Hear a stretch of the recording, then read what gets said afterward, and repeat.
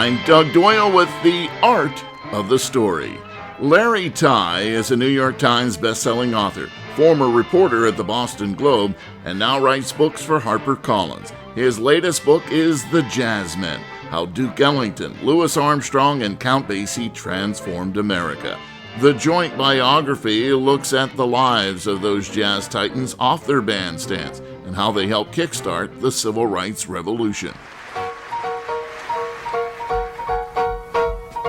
Larry Tye has been doing talks across the country about his new book and will be in our area in New York City later this month and in Red Bank on June 1st at the T. Thomas Fortune Cultural Center in Red Bank. What has been the most surprising reaction from these talks so far about your new book? One of the things that's the most exciting reaction is I knew that old people like me would be able to relate to the music of Ellington, Armstrong, and Basie. But to see as many young people as there have been at my talks, and to see the way jazz, not only the new jazz, but old classic jazz is capturing the imagination of a young generation is inspiring. And as important as that, as you mentioned, mine is a story less about their music. We didn't need me to come along and write the 101st book on these three great jazz maestros, but I was trying to look at their legacy, the other important half of their legacy, which is that these guys helped open the books and open the table, set the table for the extraordinary Civil Rights Revolution.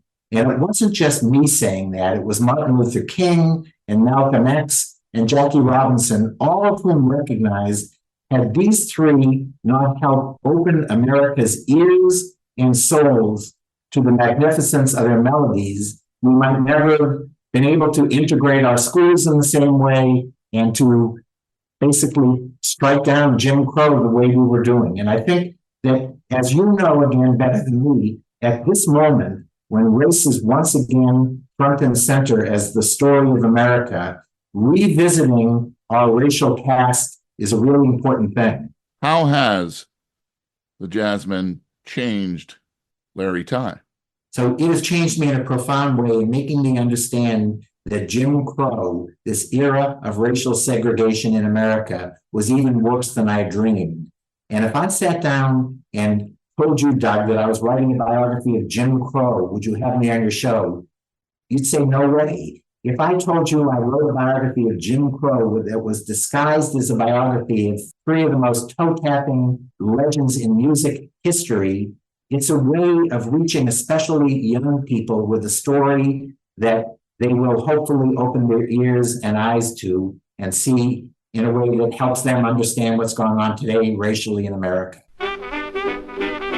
You can see my entire interview with Larry Tye on the WBGO Facebook page. I'm Doug Doyle, WBGO News.